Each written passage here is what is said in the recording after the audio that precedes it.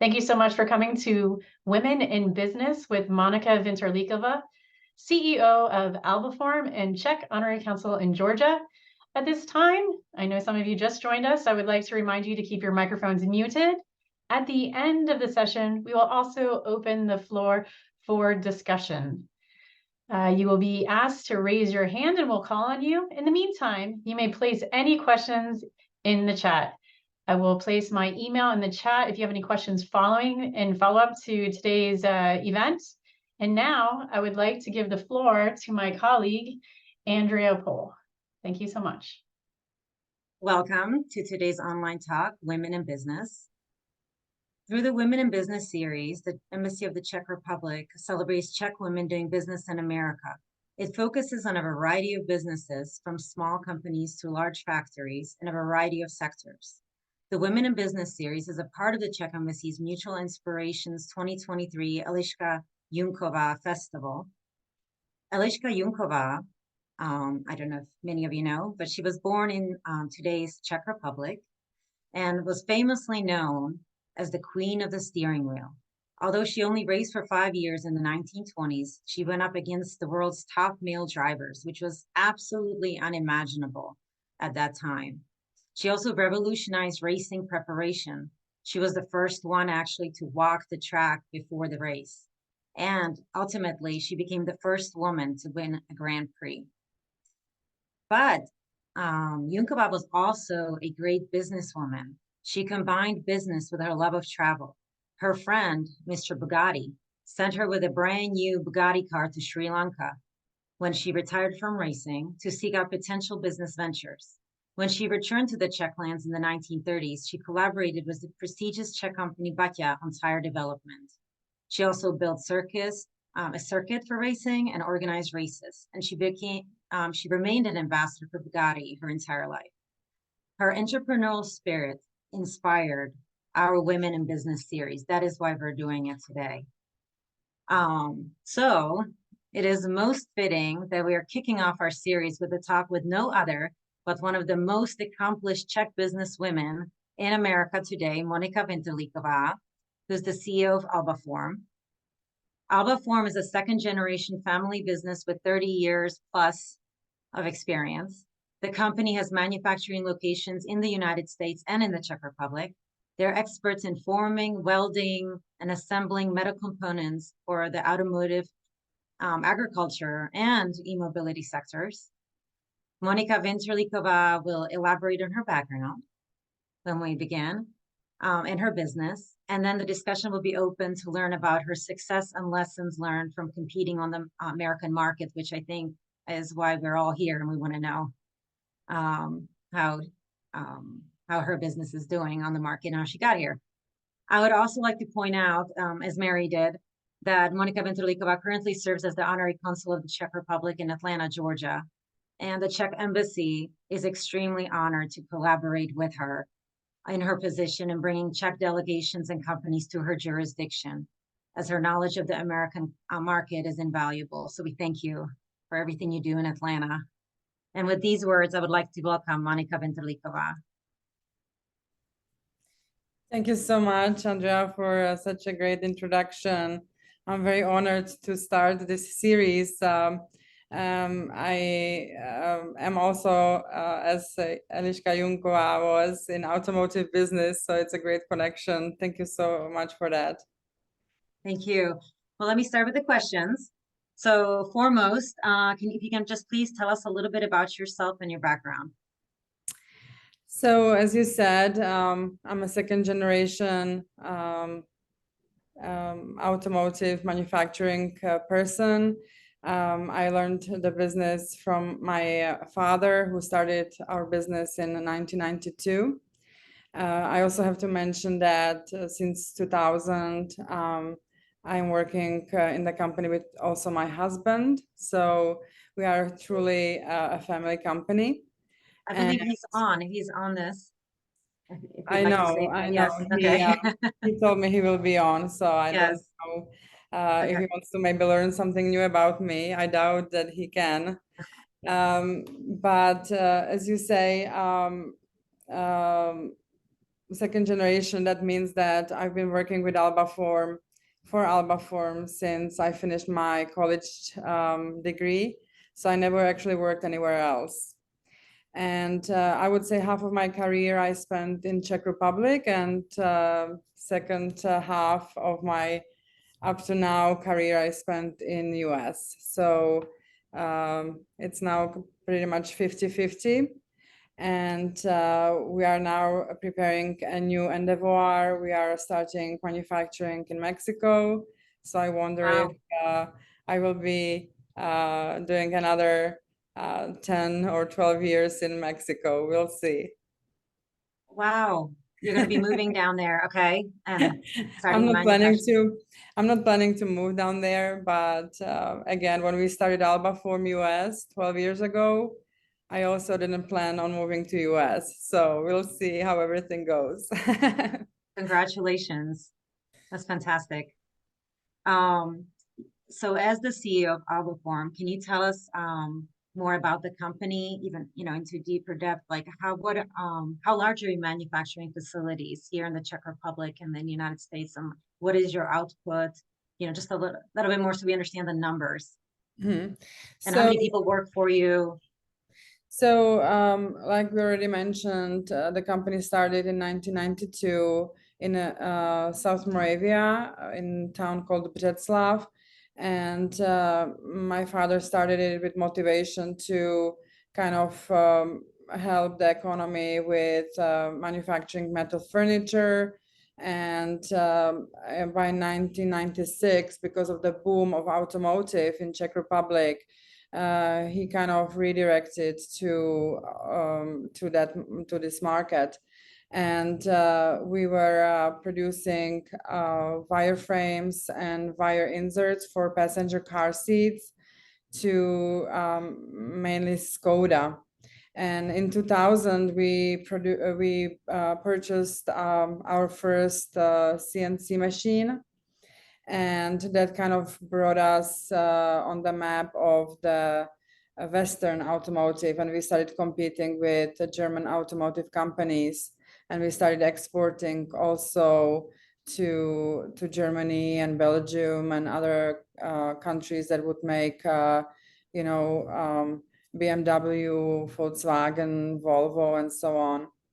And in 2008, we went through first crisis on the market, obviously, and we were looking forward to grow closer to our customers.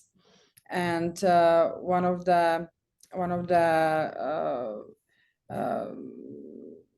tools how we could be more attached to our customers was that we would become international for them, the meaning that we would supply them on more than just one market.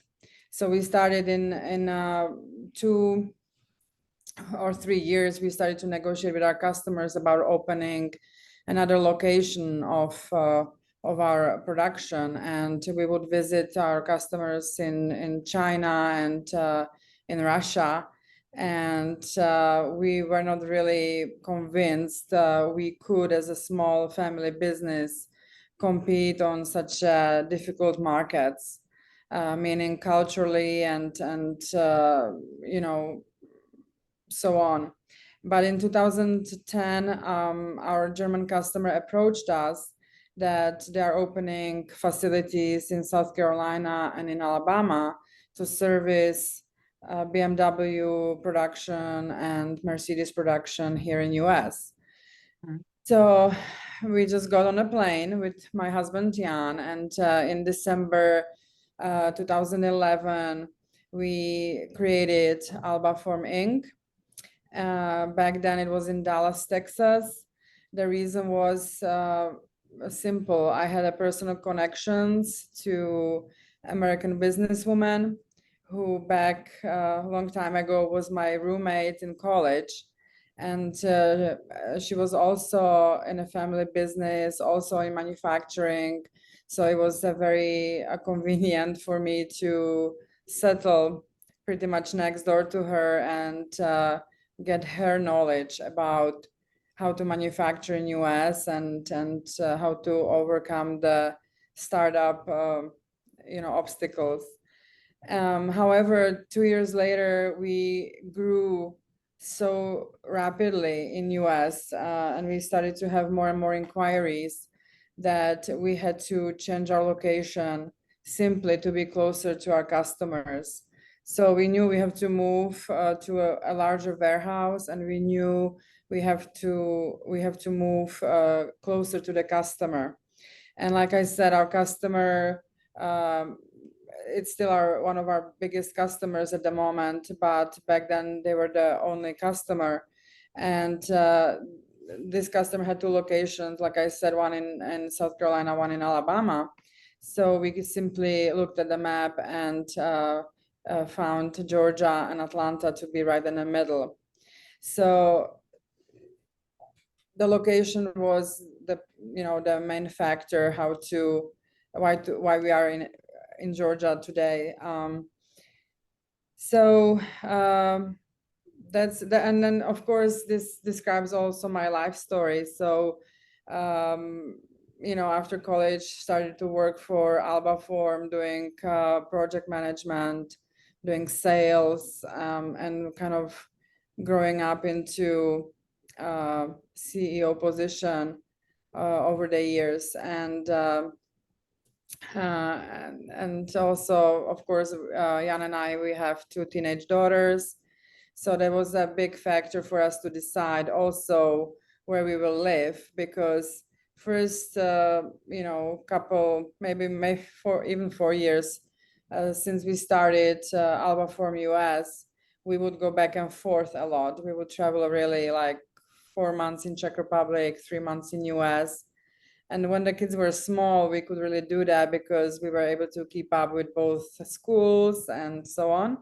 But as they grew, and our company also grew, and the US location became larger, we had to decide where to spend most of the year. And we decided for US.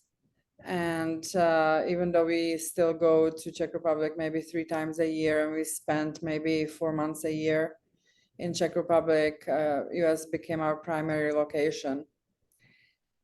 So I hope this is what you were actually asking. So I'm kind of getting the life story. And was there something more specific you wanted me to answer? Oh, listen, this is wonderful. I just have a couple of questions, follow up from that.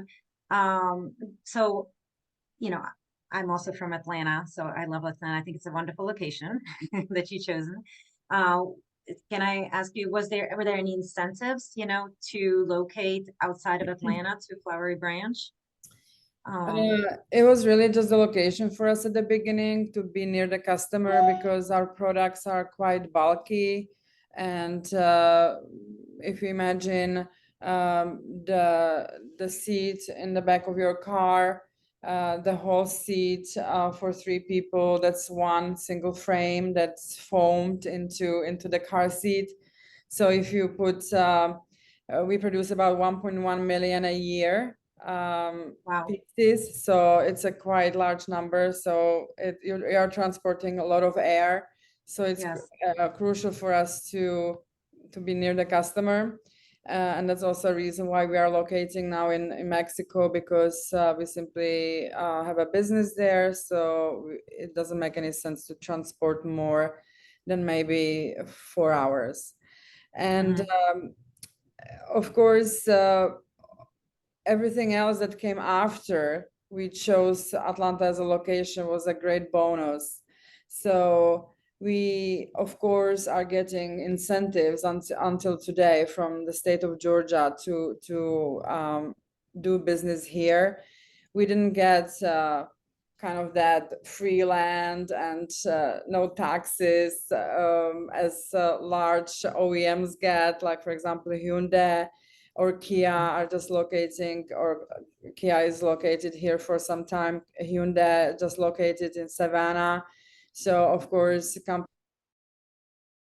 companies like this get, they promise, thousands of jobs, and they get incentives in advance. We didn't go that way because when we started, we didn't know how big our company will be.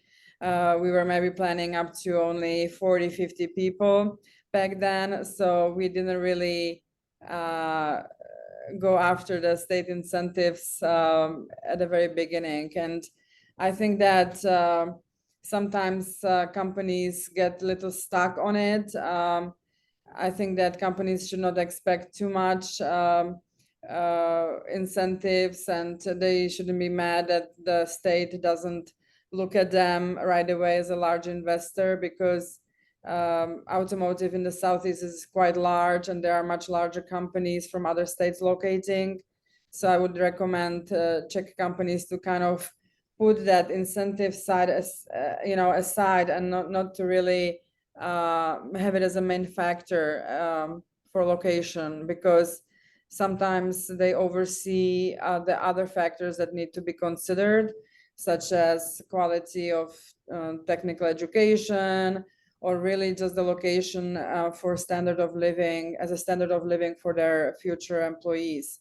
So going back to the incentives, it wasn't our first motivation why to locate in Georgia, but of course, later on, we learned about what the state can give us as a motivation to stay here and to employ more and more people. And I'm talking these are incentives that any Georgia company can get, so it doesn't have to be foreign owned. And these are incentives that you calculate kind of tax deduction after you either employ new positions, or you create new positions, or you invest into innovative equipment. So I don't know how it really works in other states. I'm very familiar how it works here in Georgia. I learned my way around, and I really appreciate that state of Georgia is offering these incentives to any company that creates jobs and invests into innovative machines, because that can really give you a relief on tax payment. This is really interesting and very important that you didn't go for the incentives. You really, it was a very strategic decision on your part that this was all about location. Right. And yeah. I know some real case studies that companies would locate in other states just for the incentives, and once they would start, they would really find hard to fill the positions with people, because the workforce was not simply available. So incentives cannot be the only thing you look at when you're planning to become manufacturer in US. And like I said, it's as you know, Georgia is the 8th strongest economy in the United States currently. Within 2 or 3 years, it should become the 5th strongest economy in the United States. So it's really growing here. It's a really good place to be. And of course, I'm very biased by now, because I live here for 10 years and it really became my home. But I would really recommend it to anyone, at least the Southeast. I think the Southeast is very great for doing business. Just other factors like a minimum time change with Czech Republic. All these factors are very important when you have a second location in United States. You mentioned the workforce. So the workforce in Georgia, I know they have, the great schools down there, Emory, Georgia Tech, UGA. So you do find, and hopefully many of those students stay from these schools. So you do find that the workforce does fill your positions. They're exactly what you're looking for in terms of education and technical skills. Yeah, so we employ here in Georgia about 150 people, and not most of them are college educated employees. Like you mentioned, the university system is wonderful here. We have a lot of great schools really within an hour from our factory, so it makes it quite easy to cooperate with the universities as UGA, University of Georgia, or Georgia Tech. the ones that offer technical fields.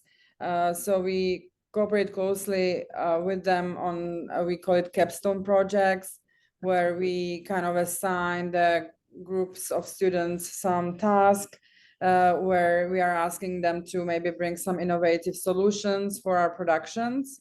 And then we can maybe identify employees that we would like to, welcome to our team later on when they finish the studies. However, it's maybe just single positions every year. What is the most important for us is, of course, the workforce that works on the floor in a factory.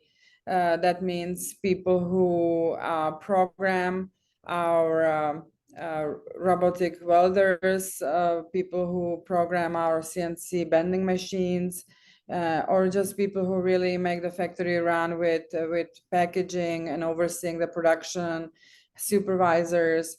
All these positions on floor do not require, obviously, a college degree, but it's necessary for us to have a source that fills these positions as well. And I would have to mention the technical schools of Georgia. Also very great system where the state actually has 22 technical colleges that are located throughout the whole Georgia region.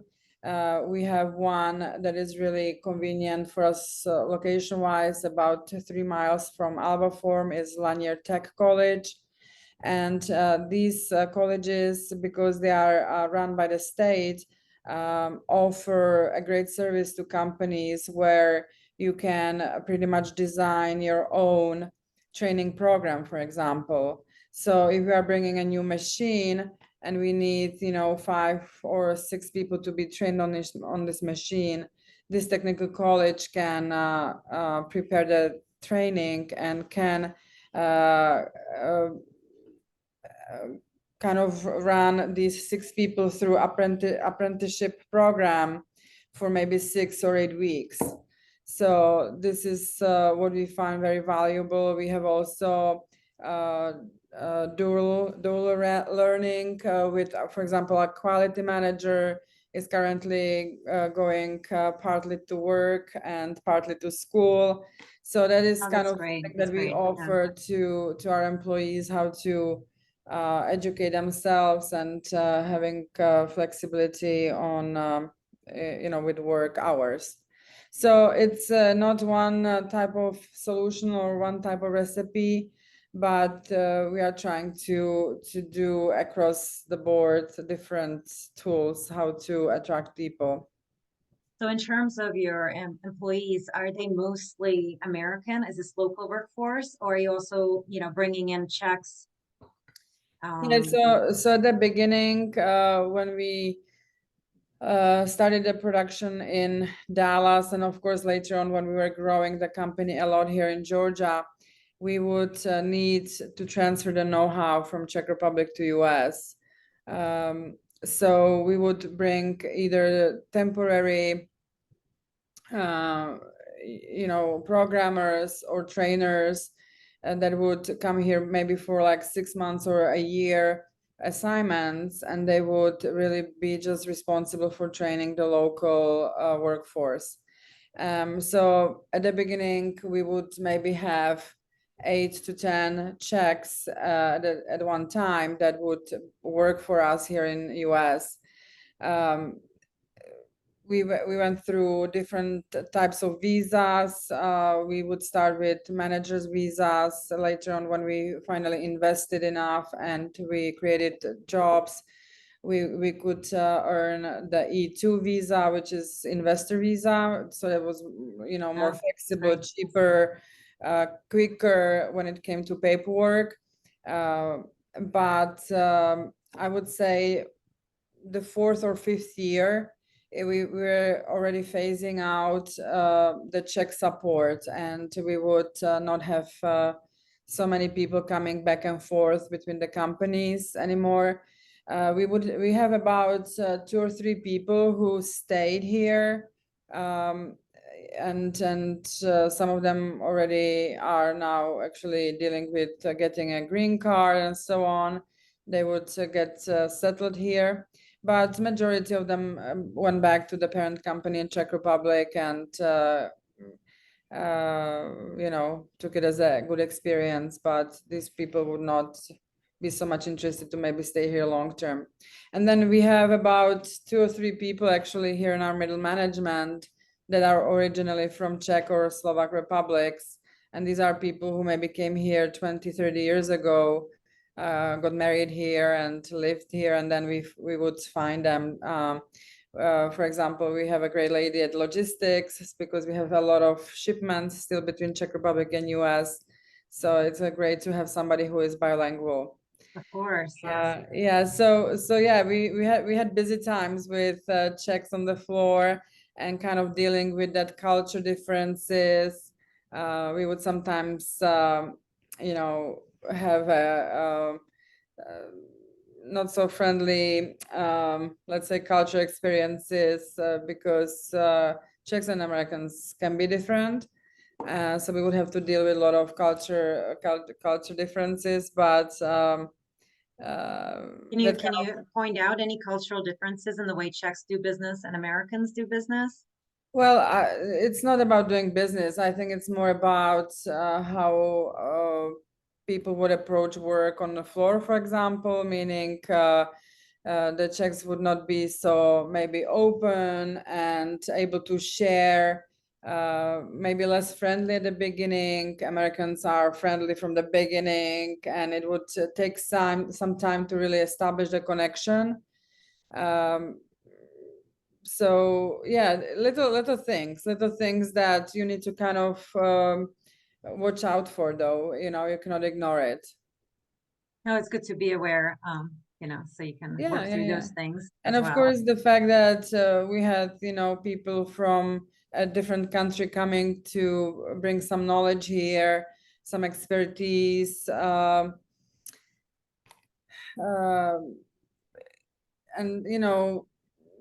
Czech Republic is a small country. Not everybody who works for us would be aware where it is, and so on. So it was kind of it took some effort to establish good communication and good connection. Sometimes the language issues, of course, when our Czechs would not speak so good English. We also have a lot of Hispanic employees, so Spanish is, for example, widely spoken in our factory. So sometimes that language barriers would also appear, and these are things that you don't experience when you are working in Czech Republic for a Czech company. You don't have so many foreigners involved in one workplace.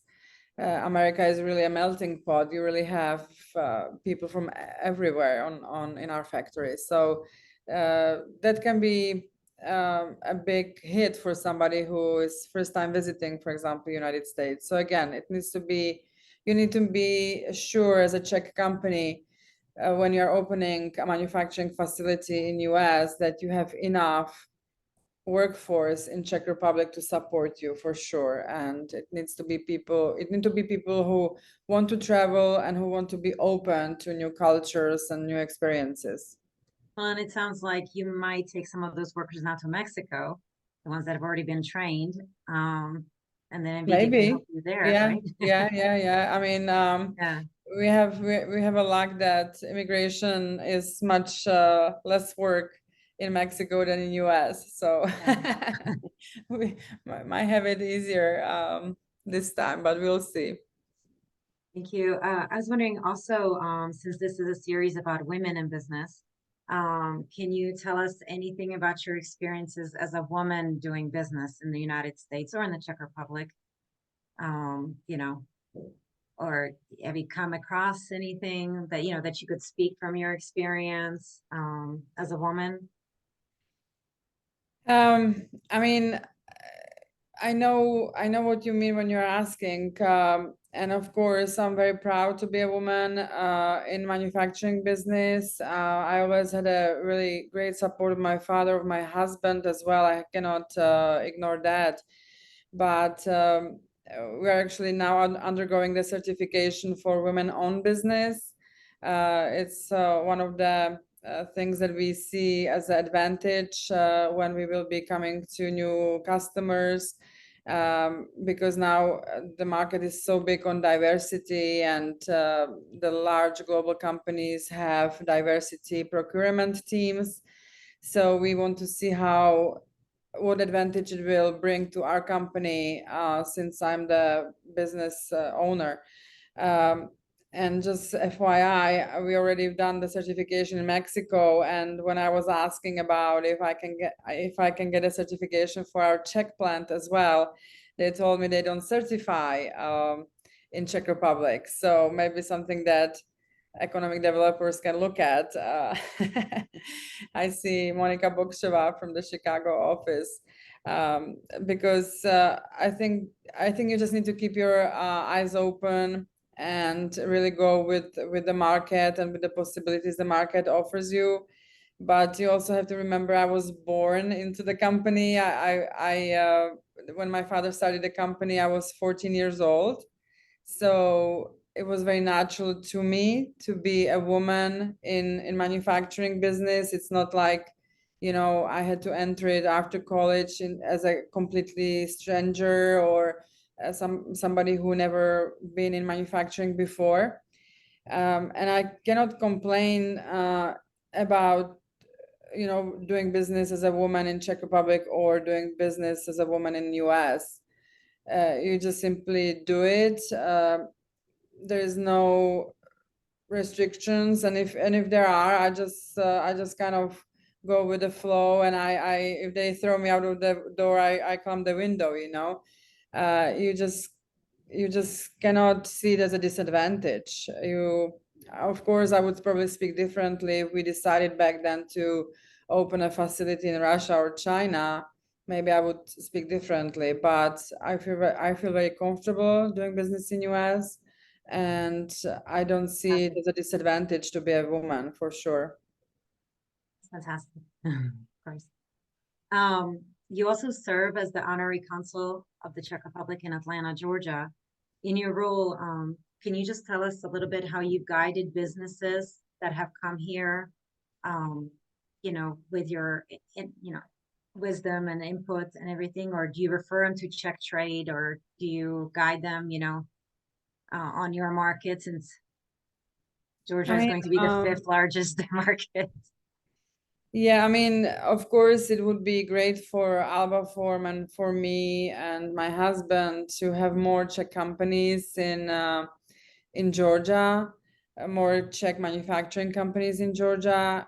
That would be wonderful. We are a very international community here in Georgia, and I kind of get to see how other states, European states, settle here, how they help each other, how they create business community.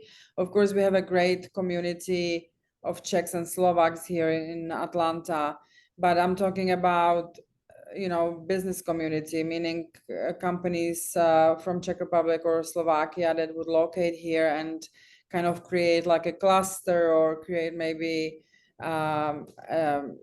some kind of association and help each other, because that's what I see with other states, Belgium, Netherlands, Danish companies, Italian. And I see it as an advantage when you have this cluster of companies from the same country. We are very, much alone here. There's Albaform, there's Cylon, a great partner to us. There is PBS company. So it's really just a small number to help each other. And we of course we communicate, but it would be just much nicer for the whole Czech Republic would be stronger, I think.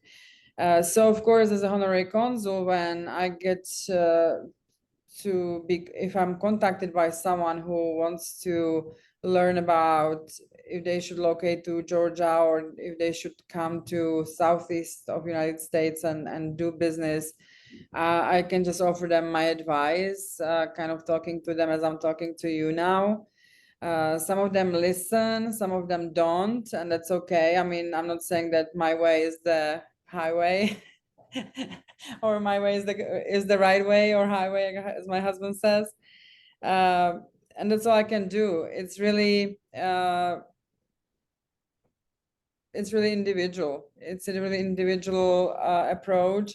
My predecessor, George Novak, who served the honorary consul position for more than 22 years, he was my big teacher. And I remember he would always say, I tell the companies if they have $1 million and 3 years of time, they are welcomed here to do manufacturing. And I would laugh back then. I would be like, oh, George, you know, you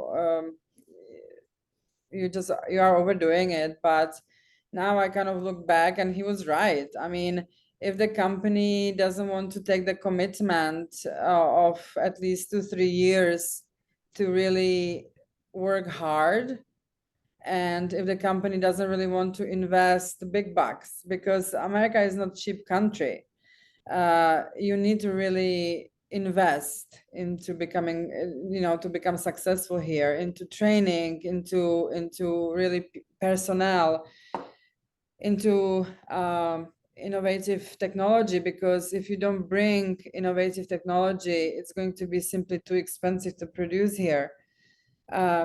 So now I'm looking back and I'm like, he was right. This is the advice the companies really need to hear. Bring a significant amount of money and be patient and work hard, and it's gonna be worth it. But sometimes the companies project to become successful or profitable very quickly, because America is a big market, and they just think that you just open the online shop and the money will come in. It's not like that. It's a very competitive market. Americans are really good in sales, so it's hard to compete with that. Being from a small country where we have sometimes struggles to present ourselves and to stand for our product, and so it's really a process. So I remember George and his $1 million and 3 years very often when I'm advising companies. But Last again, I can really just offer my experience, and I'm not saying that it would work for everybody. For in any case, I strongly believe that Czech Republic, being such a large automotive industry country, we are not taking advantage of it enough. That we have really global customers in Czech Republic who we could supply also in United States, because the OEMs, they work globally. And I think that if Czech manufacturing businesses would simply do the same what we did, and that means follow our customers to another country, it cannot be, bad deal. I know there's a company who supplies like us to automotive in South Carolina. They also supply one customer in Czech Republic, and then they supply the same customer here in US. And this is the great way how to establish, how to grow. And then, like us, 7 or 8 years on the market, we finally approached also American OEMs. So it's a really big process, and long-term process. You have to be patient, but I would say it's worth it. Well, thank you. I think Eliška Junková would be proud listening to this. Mary, would you have any questions, or would you like to open it up? I would like to open the floor up for discussion. Just please raise your hand if you have any questions. But in the meantime, I appreciate you're such an accomplished woman in the industry, and you're very humble about all you've achieved, but you have 2 daughters. So as a mom who barely balances her life, I would just like to hear a little about your story as a mother, being involved in the industry, and how you balance all of it. Very badly. I'm always behind. I never have time for anything. I sleep very well because I'm so exhausted that I sleep like a baby. But you know, I am really lucky that I have really great people around me, and not mentioning just my family, my husband, of course, my 2 daughters, but I'm very lucky to choose great teammates. I always, you know, bring great people to my team who help me. I try to delegate, of course, because I'm sitting on really 3 chairs besides Albaform and Honorary Consulate. We are also running a family foundation, culture foundation in Czech Republic. And so each of my projects or companies have its own struggles as they grow, as they change, as we have more and more people involved. So sometimes it's terrible to manage it, but I somehow still I am above the water, and I'm very lucky to have two girls, and I don't. One thing that I kind of changed, you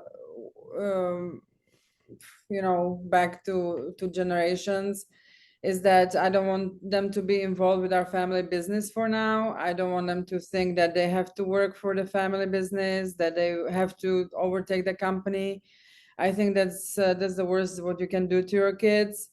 It really has to be their personal decision. So far, we do not prepare our kids to take over. That's very surprising to some of my partners or friends, but it is how it is. Because I really want my kids to be independent, choose their own path. My older one is freshman at Georgia Tech. She's in a business school, but she really wants to go into fintech and more technical fields than is production of automotive. But again, if she comes to me in 10 years and says, Mom, I really want to take this business over, I'll be maybe considering it, but for now, we just say we pay for your schooling and you are on your own. So that's the approach we have towards our kids, and I think that kind of frees their mind, that they know that they can really do whatever they want. And I strongly believe it, that my girls can do whatever they want. If they want to go into politics, or if my younger one wants to run a surf shop in Florida, I'm okay with anything, because I know how really appreciative I am of a good family relationships. And that's something I didn't mention, that when we were transferring generations from my father to me, it was an easy process, and we were not prepared for it. Czech Republic is not used to generation change in manufacturing business, because most of the businesses started after the Velvet Revolution. So the ownership, the generation change is pretty much happening now, first time. And ours was happening, you know, a few years back. So we were total pioneers, and it damages the family relationships. So I don't want to take it for granted, the relationship I have with my kids. So we'll see how it goes in the future. I do appreciate your answer to that, and I know it's difficult to try to make all those connections, and I do appreciate sounds like many hats you're wearing at the moment. Also, we have a question from our audience. I'm just going to ask Veronica. I'm going to ask you to unmute, and you can ask directly.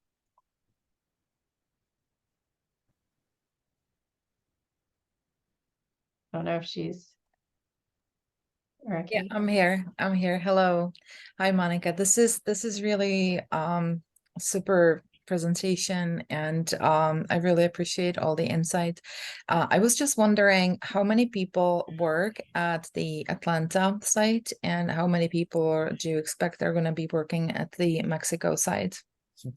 So we have about 150 people in Flowery Branch, Georgia. And we are planning about 100 people in Mexico within 3 years. Okay, wow, that's big. Hats off to you. That's a lot of effort that goes into that, even on the HR level, I'm sure. Yeah, It's a yeah. I lot. mean, HR is our crucial department here. We pamper them as much as we can. That makes sense. Yeah. And also, do you have any partnerships here in the US with any other Czech companies to do basically like an overall promotion of Czech businesses in the US and like the Czech, Czech heritage, Czech culture in the US? Do you have anything like that currently? I would mention the partnership we have with other Czech companies. Like I said, it's just really 3 of them here in Georgia, Cylon and PBS. We work with them on some like best practice exchange. Once in a while, we try to meet. In general, we would support each other with maybe economic developers from the embassy or from the Czech consulates. When they would have events in the Southeast, like delegations that are coming. This is the time when we would really stick together and get on board and maybe do like a panels for other Czech companies that are visiting and talk about our experiences. So that's something that I definitely I can see improvement if more companies come and we really create like a cluster. It can be really beneficial for everybody in the future. So that's the business side. And of course, when it comes to the culture and the community, we have a lot of activity around the Czech school here in Atlanta. The Czech school is established for already also maybe 12 or 13 years. And the community is great and teaches the kids not only Czech, but also Czech history, and organizes a lot of events, culture events.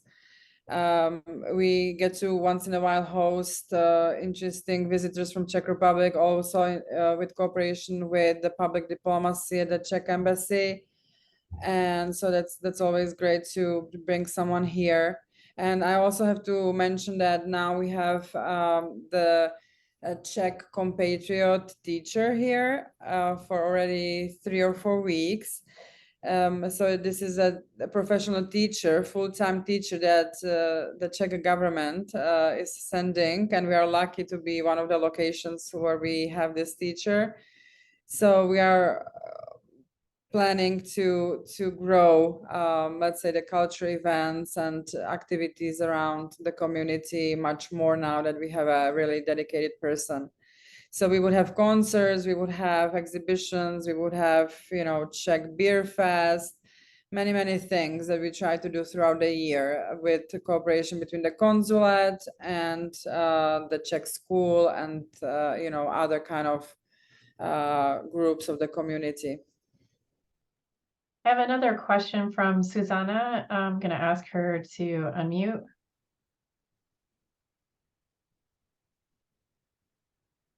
Let's see if she can ask directly. I'm reading the question. Susanna, are you there? I could read the question.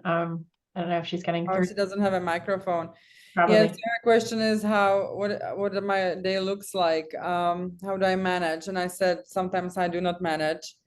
And of course the foundation. Yeah, she knows about the foundation because she translates for us a lot. So thank you, Susanna. It's great to have you as our dedicated translator for the foundation. But genetics, I don't know. Where's my energy come from? I think it's just that I'm really stubborn, and that is sometimes hurting my calendar because I just really want to get it done. And it's hard because first I get up and I usually have conferences with Czech Republic, maybe twice a week with my foundation. And we are undergoing some also growth issues at the moment. The team is changing, so sometimes it's more intensive than other times. And then I go to Albaform once a week. I also try to spend at the Honorary Consulate office. I try to, keep up with my network here in Atlanta, which I consider crucial for me to maintain, because that helps me when I'm hosting a delegation or when I need something for growing my business or so on. So I spend a lot of time on lunches, maybe once a week. And then, of course, Fridays, I try to keep and work from home and catch up on my paperwork. So I try to make this schedule: morning meetings with Czech Republic, work 4 times, for Albaform, 1 day for the Honorary Consulate, once a week from the home office. But of course, it changes a lot when I travel. I never have time to go swimming as much as I would like to. I also would like to walk more. Yeah, so like any other woman who runs household and quite large team. So always could be better, but I'm trying my best.